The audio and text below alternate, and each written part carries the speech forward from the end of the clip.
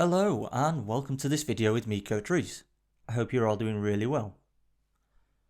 So in today's video we're going to continue to take a look at the 4-2-3-1 formation, and today we're going to focus on how we can press. If you haven't checked out the previous videos in this series, I suggest you do that before starting with this one. As always, I will leave timestamps and chapters below. Let's get started. So to get started, we're going to bring the opposition's defensive unit in. And this presents the 4-2-3-1 with its first hurdle when determining how we're going to press. And this is the -1 that occurs with our single striker up against two centre-backs. And this is a common trend within any single striker formations. By having our striker in this -1 or this 2v1 situation up against the two opposition defenders, any pressure that our striker chooses to apply is going to be relatively ineffective, because if we're thinking about it from an attacking point of view, if you've got a numerical advantage, you can just play around the defending player. So our striker in this situation isn't really going to be in a situation to apply pressure. And this determines initially how the 4-2-3-1 approaches the press. Because of this, a common trend within the 4-2-3-1 is to use a pressing diamond that's created through the natural shape of the formation. So we'll see our striker, our two wide players and our attacking midfielder create that diamond. Within this pressing diamond, initially we need to see our wide players move infield and shorten the horizontal distances between themselves and the striker. By doing this, we start to discourage the opposition from playing centrally, and as a flip to that, we encourage them to play into the fullbacks, and this is initially part of our trap.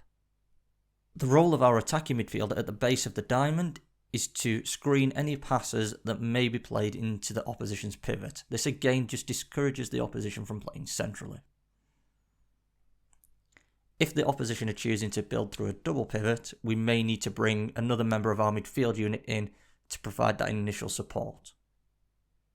So with this initial pressing diamond in place, we protect the central areas and we're discouraging the centre-backs from playing any passes into their midfield players. We do free up the fullbacks, and that's the trade-off of using a narrow shape.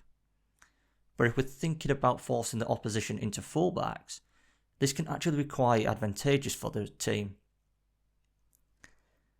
because a player up against the touchline has their options limited just because they can't play in all directions. A player up against the touchline can play forwards, backwards or infield. And this can be very important for a pressing team, because it means that we don't require as many players to be involved in the press in order to restrict potential passing options. So as the ball begins to arrive at the opposition fullback, it's the ball side winger's responsibility now to apply that pressure to the player in possession. So they're going to now approach the opposition fullback and hopefully win the ball, but if not, they can start to just apply pressure and challenge the opposition's fullback in how they're going to approach their next decision. The responsibility of the striker is now to cut the pitch in half. And by that we mean they need to stop the opposition now being able to transfer the ball from one side of the pitch to the other. This can be done by protecting a certain space or applying pressure to the supporting centre-back. So now we have the ball carrier under possession from our ball side winger, and we have the potential safe pass into the centre-back being cut off by our striker. The role of the attacking midfielder is still just to screen that pass into midfield and just stay on the opposition's pivot. So in terms of passing options available for the opposition's fullback, we now have the pass infield cut off by our attacking midfielder and the pass backwards cut off by our striker. And so the final pass that we need to deal with is the pass forward. So this might be from the opposition's fullback up the line to the opposition winger. And the player responsible for cutting this pass off is going to be our fullback. And with this, the fullback has two options. They can stay goal side and they can stay behind the winger.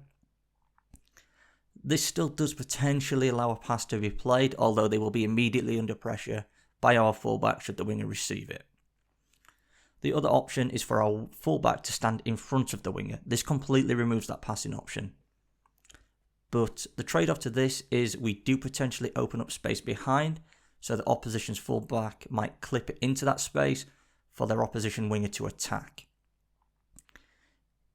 If we do choose to use this option, this is going to require the centre-back on our side to be ready to deal with that ball in behind.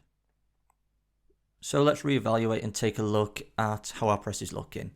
So we've forced the opposition to play wide and into their fullback through that initial pressing diamond that we've used to restrict any passes centrally. Once the ball's arrived at the fullback, we've got our ball side winger applying pressure. We've got the backwards pass being cut off by our striker and the forward pass being cut off by our fullback, and any passes infield being blocked by our midfield unit. This leaves the fullback in possession with a couple of options. They can either play it long and hopeful, and with that our centre backs will be in a good position to potentially sweep up and win the ball,